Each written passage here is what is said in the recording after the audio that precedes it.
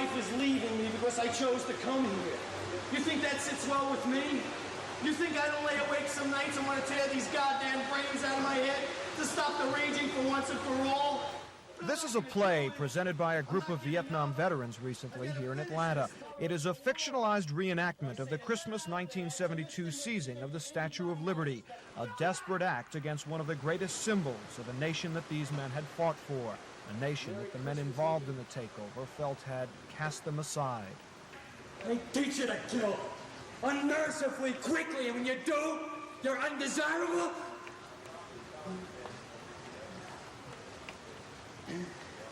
Two tours I did in the Nam, back to back. Did you know that? Crucify me for doing what they taught me to do. You ask me why I'm doing this. It's simple, Tommy. Hey, this debt's gonna count. Man, not like all the others who got blown away for nothing. I ain't no statistic, man. No invisible Vietnam veteran turned rhino or junkie. We were given a chance to see wrong, come back and make it right. We're here because we feel the way you do. We're strangling out there. We've been to another place, and now this place can never be the same. These men are not characters in a play, but they too feel that the nation they fought for has turned its back on them.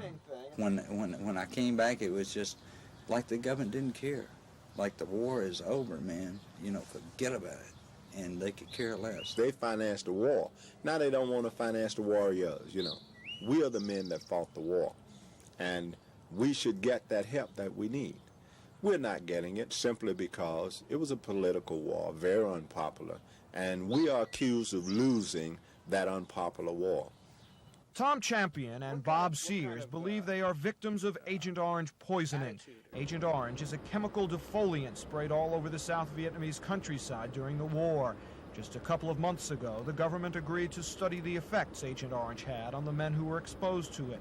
And the VA is now offering physical examinations to veterans who feel they are suffering from Agent Orange-related ailments.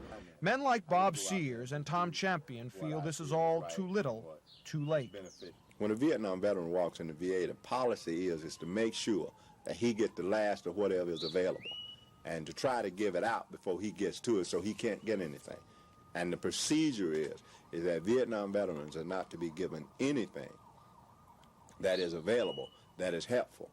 It is to be make sure that we are last. There was nobody protesting for Bob Sears to stay in Atlanta. What I am saying, what gets me is we were there when this country needed us. But where's the country now? They've you know, forget about the Vietnam veteran. To heck with them, Vietnam's over. The bitterness bubbled to the surface when our hostages were released from Iran. Veterans saw a nation awash in yellow ribbons and American flags, tears of joy, hugs of welcome. It reminded them of the welcome home they never received. I was very bitter. I was glad to see him get home. I watched TV just like everybody else, and it was super.